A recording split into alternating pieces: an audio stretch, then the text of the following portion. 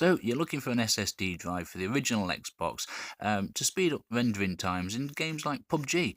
I mean, after all, it's a matter of life and death when you land on a building you can't move because your feet are stuck in Play-Doh, and at the end of the day, your enemy's picked up a bloody gun and he's already shooting you in the face. Added to that, there's frequent crashes and the long loading in times.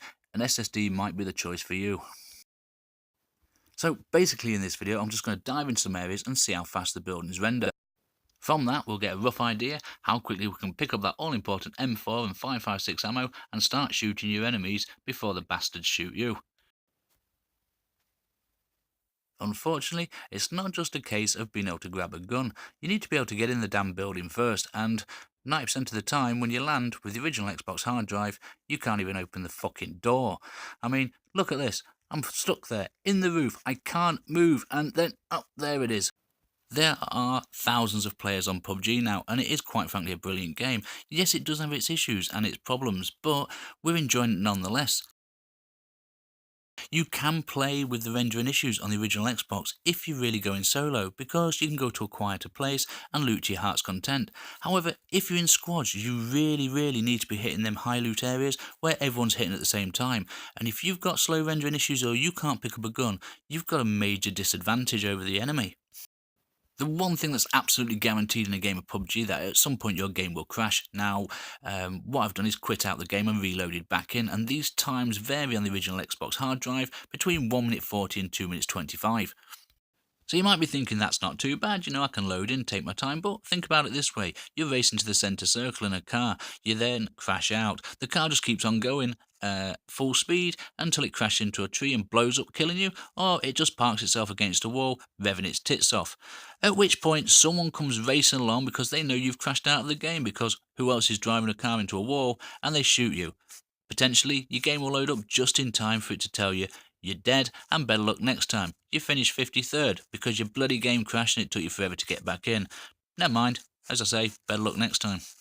But it's okay, because you're inside a quiet house just looting away to yourself, so you don't really need to worry about it too much, because, you can load in your own time. That's absolutely fine, but you've just lost 2.5 minutes of the game. 2.5 minutes where you could have been working your way towards the new circle. 2.5 minutes where potentially anything could happen. Someone could actually decide they're going to come and hide in the same house as you. They're just going to come in, stroll up the stairs, and boom, find you running against a wall. And like anyone else in PUBG, they're going to take the easy kill, because I'm going to kill anyone who's not there. Trust me, it's the easiest kills I do get. The hard drive I'm using is a Samsung T3 500GB, so it's not the cheapest on the market, but it's also not the most expensive. It's nice and simple, just quickly plug it in, it gets formatted by the Xbox, and you're ready to transfer your games across. Then when you load them, it loads them straight from the hard drive, and, well, you can see for yourself. I have buildings.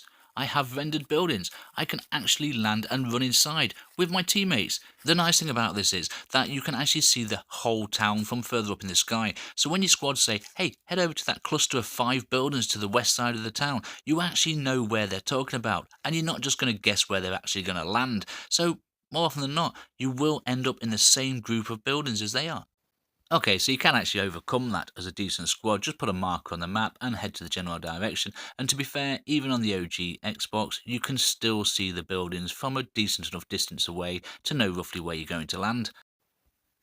It's always cool though to get a kill early on and make you feel good. So when you land on a fully rendered roof and you're able to run over and grab an AK-47 and load it, and then actually chase after a guy and kill him, it's quite satisfying that you was one of the first kills in the game. Now I did actually get this guy, but my aim was so poor that I've deleted it from the video because I don't want to get taken the piss out of.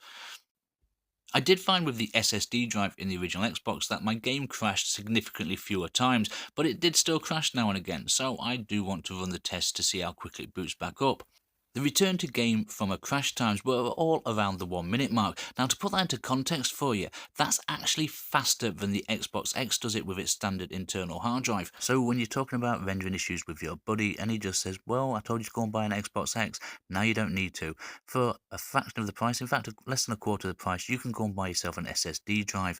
This will actually enhance the game experience for you on PUBG, and while the game might not be quite the same, they are very similar on both consoles, so I don't think you're really going to be missing out by not buying the Xbox X just now, unless of course you've got a 4K TV and you're going to try a lot of other games. Get yourself an SSD drive, and the rendering issues at the start of the game will be a thing of the past. I mean, I'd still do keep dying in the first 5 minutes, but then again, I am really crap at this game. But I love it, so I'm going to continue playing.